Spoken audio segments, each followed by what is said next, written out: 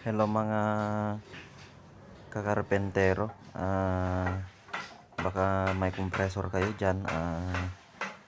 Ito kasi yung compressor namin ay sa tagal nang hindi na drain, may sumasama na tubig mga kakarpentero. So ano ang gagawin natin mga kakarpentero? Ito ay isang tip mga kakarpentero sa kapwa natin na gumagamit na compressor. Ayan mga kakarpentero, meron pong drain plug dito sa ilalim niya mga kakarpentero.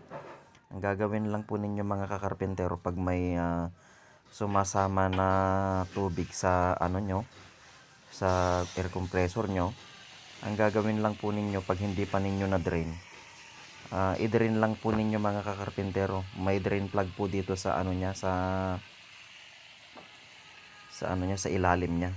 Ayan mga kakarpentero, ang dumi mga kakarpentero. Kasi may time na nagbarnis kami mga kakarpentero.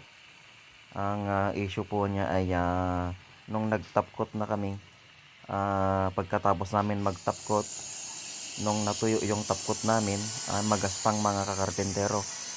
Kaya pag may compressor kayo mga kakarpentero, pag matagal na hindi ninyo dinidrain, yan lang po yung tip mga kakarpentero,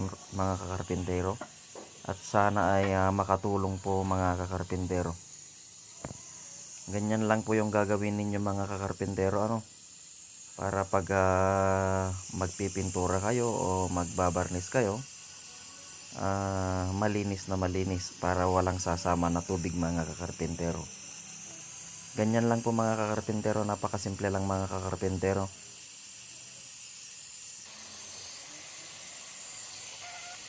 Yung iba kasi mga kakarpentero, not yung drain plug niya sa ilalim.